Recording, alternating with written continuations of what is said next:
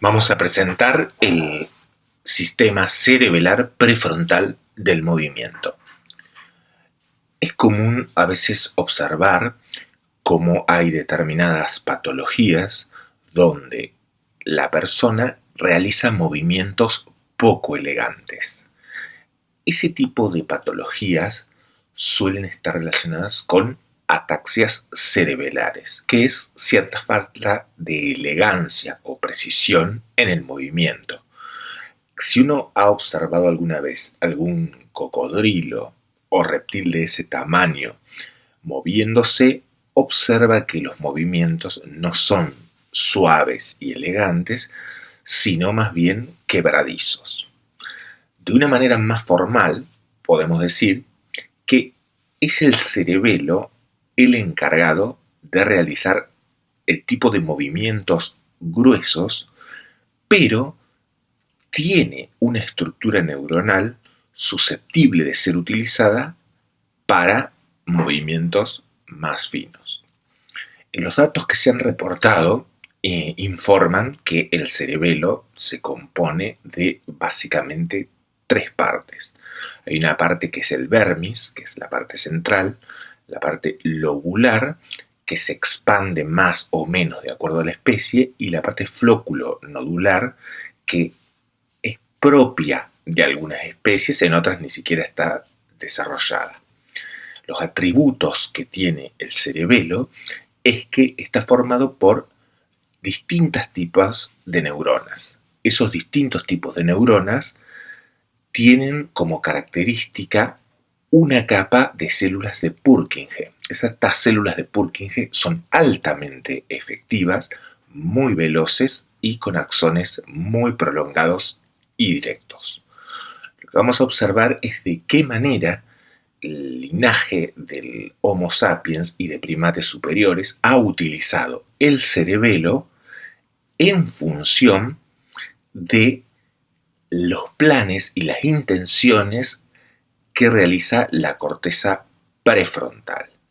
Conocer esto permite a la vez diferenciar por qué algunas especies tienen una amplia amplitud de repertorios conductuales y de qué manera surge el concepto de aprendizaje supervisado. Los datos están estructurados de una manera morfológica, observando cuál es la conectividad que existe entre cerebelo y corteza prefrontal. Hay muchas especies en las cuales no hay dicha conexión. En otras especies es más débil y en otras especies es más fuerte. ¿Cómo se miden la fortaleza de la conexión entre cerebelo y estructuras prefrontales? A través de la visualización de los pedúnculos cerebelosos. Estos pedúnculos cerebelosos son fibras, haces de fibras que vinculan al cerebelo con la corteza motora, el cerebelo con la corteza prefrontal, y luego hay un pedúnculo cerebeloso inferior que lleva información cerebelosa descendente por el bulbo raquídeo hacia la médula espinal y de ahí al sistema nervioso periférico. Si quieren visualizar estos datos, se puede hacer una anatomía comparada entre especies. También se pueden hacer estudios in vivo, especialmente en seres humanos, que son asequibles de ser evaluados mediante imágenes por tensores de difusión.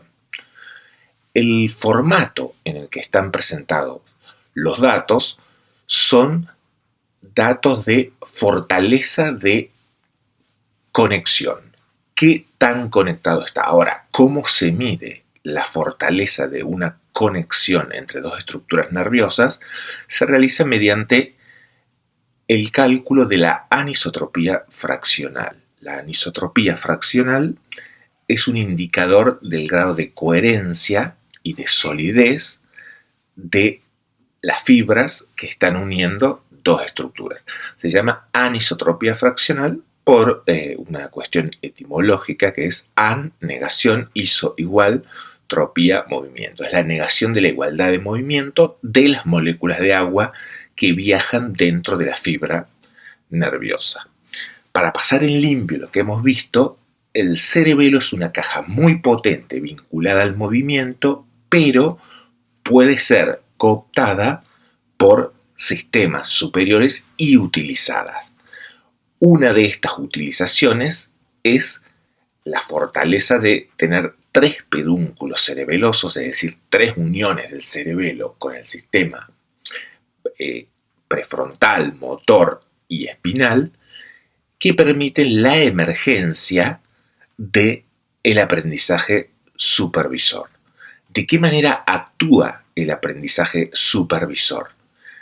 Mediante las mossy fibers o fibras musgosas, las eferencias provenientes de la corteza prefrontal son transmitidas punto a punto hacia las neuronas moleculares. Las neuronas moleculares y las neuronas de Golgi tipo 2 tienen por función amplificar cada una de estas señales y mediante la hiperconexión entre sí toman estas intenciones desde diferentes perspectivas y las envían a las células de Purkinje. Las células de Purkinje, mediante el pedúnculo cerebeloso medio, viajan hacia donde está situado el fórnix y el hipocampo, toman una copia de la memoria de trabajo, anticipan las intenciones de la memoria de trabajo y están algunos milisegundos anteriores al tiempo de ejecución de un comportamiento. Por lo tanto, lo que pueden hacer es un tuning o ajuste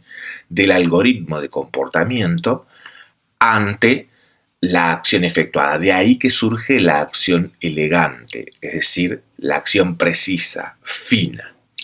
De esta manera, podemos partir de que el cerebelo es una estructura antigua, muy antigua filogenéticamente, pero que se ha ido refuncionalizando en tanto está conectada con otras partes del sistema nervioso. En algunas especies no tiene conexión con otras partes del sistema nervioso porque es muy efectivo el cerebelo tal como está presente, por ejemplo en los tiburones. De esta manera, el sistema prefrontal cerebelar es crucial en los movimientos finos y puede ser estimulado a temprana edad, en especial en niños que nacen prematuros. En very preterm babies, lo que se observa es que no está madura la conexión cerebelosa prefrontal y es ahí donde es necesario intervenir para estimular esta conectividad. Se han encontrado evidencias de que es muy eficaz el ejercicio gimnástico que una el cerebelo con la corteza prefrontal y también se ha observado esta misma eficacia en tumores cerebelosos. Las limitaciones que se tienen es que no es tan sencillo realizar estudios de resonancia magnética en niños porque hay que administrarles anestesia y son anestesias que no pueden pasar los 4 minutos o 5 minutos y en general es difícil que se acepten este tipo de estudios.